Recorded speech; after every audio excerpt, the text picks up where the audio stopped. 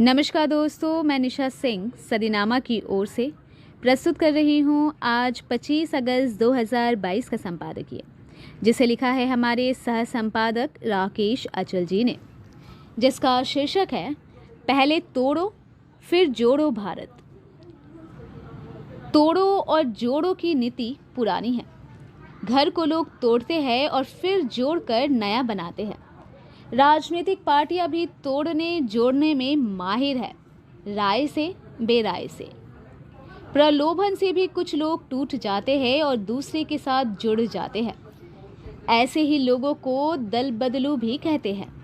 राजनीति के माहिर कल बल और छल का सहारा लेकर एक नया निर्माण कर लेते हैं और सफलता उन्हीं के हाथ लगती है। तो आइए देर ना करते हुए शुरुआत करते हैं अपने आज के संपादकीय की, जिसका शीर्षक है पहले तोड़ो फिर जोड़ो भारत। लिखो तो आफत और ना लिखो तो भी आफत, बोलो तो आफत और ना बोलो तो भी आफत। हम जैसे लेखकों के एक और कुआं तो दूसरी ओर खाई हमेशा से होती है। बावजूद इसके हम सब अपना काम करते हैं, ठीक उसी तरह जैसे देश में सियासत अपना काम करती है। सियासत ना किसी के रोके रुकती है और ना किसी से डरती है। इसी तरह ना हम किसी के रोके रुके और ना किसी के डराने से डरे हैं। ये बात और है कि आजकल हमारे यहाँ भयाक्रांत करने वाली सियासत चल रही है। पिछले 3 दशक से भी ज़्यादा समय से इस देश में गांधी नेहरू परिवार से कोई व्यक्ति प्रधानमंत्री नहीं बना, फिर भी निशाने पर यही परिवार है। सत्तारूढ़ दल पर आरोप है कि पिछले 8 साल से उसकी ओर से देश को तोड़ने की कोशिश की जा रही है। ये कोशिश किश्तों में और केवल चुनावी फायदे के लिए की जा रही है। कभी भाषा के नाम पर, कभी धर्म के नाम पर, कभी राष्ट्रवाद के नाम पर देश तोड़ने के लिए उपकरणों की कोई भी शक्ल हो सकती है। लेकिन भारत गणराज्य की संरचना कुछ ऐसी है कि देश टूट नहीं रहा। भारत तोड़ने के लिए पहले बड़े राज्यों को तोड़ा गया, बाद में देश के मुकुटमणि जम्मू कश्मीर के 3 टुकड़े कर दिए गए। वहां से लोकतंत्र समाप्त कर दिया गया। टूटे हुए राज्य में सभी को मतदाता बनने की इजाजत दे दी गई, लेकिन देश नहीं टूटा। देश इतनी आसानी से टूटता भी नहीं है। हमारे साथ ही आज़ाद हुए पाकिस्तान को तोड़ने में भी 24 साल लगे और उसके लिए बाकायदा जंग लड़नी पड़ी। भारत को तोड़ने के लिए भी बीते 75 साल से जंग लड़ी जा रही है, किंतु देश टूट नहीं रहा। सत्तारूढ़ भाजपा के इन कथित देश तोड़ो कोशिशों के जवाब में अब मृतप्राय कांग्रेस भारत जोड़ो अभियान शुरू कर रही है। भारत की आज़ादी के पूर्वोत्तर के कितने ही भारत संरक्षित राज्यों को पूर्ण राज्य का दर्जा देकर भारतीय गणराज्य का अंग बनाया गया। पूर्वोत्तर का चाहे सिक्किम हो, चाहे असम हो, चाहे मिजोरम हो, सब के सब भारत के साथ जुड़े, टूटा कोई नहीं।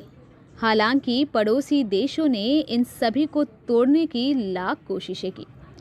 कांग्रेस की भारत जोड़ो अभियान का आप मजाक उड़ाना चाहे तो उड़ा सकते हैं। आप इस आंदोलन की सराहना करना चाहे तो कर सकते हैं, क्योंकि ये एक व्यक्ति आंदोलन है और इसकी देश को बहुत ज़रूरत है। देश बाहर से भले एक लग रहा हो, किंतु भीतर से ये जगह जगह से टूट गया है। देश के किसान टूटे हैं, नौजवान टूटे हैं, महिलाएं टूट रही है, बच्चे टूट रहे हैं और तो और देश की संवैधानिक संस्थाएं टूट रही है। मीडिया और अदालतों से भरोसा टूटे तो अरसा हो गया है। देश को तोड़ने की जैसे होड़ लगी है। किसी महिला के सामूहिक बलात्कारियों की रिहाई हो या फिर घृणा फैलाने वाले भाषण देने वाले लोगों को संरक्षण हो, ये सब देश तोड़ने की प्रक्रिया का ही एक हिस्सा है। ऐसे में देश को जोड़ने का अभियान महत्वपूर्ण होता जाता है। सत्तारूढ़ दल के लिए सबसे बड़ा खतरा कांग्रेस से ही है, इसलिए उसके हिसाब से भारत जोड़ो आंदोलन भी एक चुनौती है। इस आंदोलन के जरिए कांग्रेस के अघोषित प्रधान राहुल गांधी अपने सैकड़ों हजारों कार्यकर्ताओं के साथ एक लंबी पदयात्रा करेंगे। मुमकिन है कि उनकी कोशिशों से देश जुड़ जाए, ना भी जुड़े तो भी कोई बात नहीं, क्योंकि कोशिश एक आशा से वाबस्ता चीज़ है। कोशिश हर आदमी को करना चाहिए। भारत की आज़ादी आंदोलन के गर्भ से ही निकली है।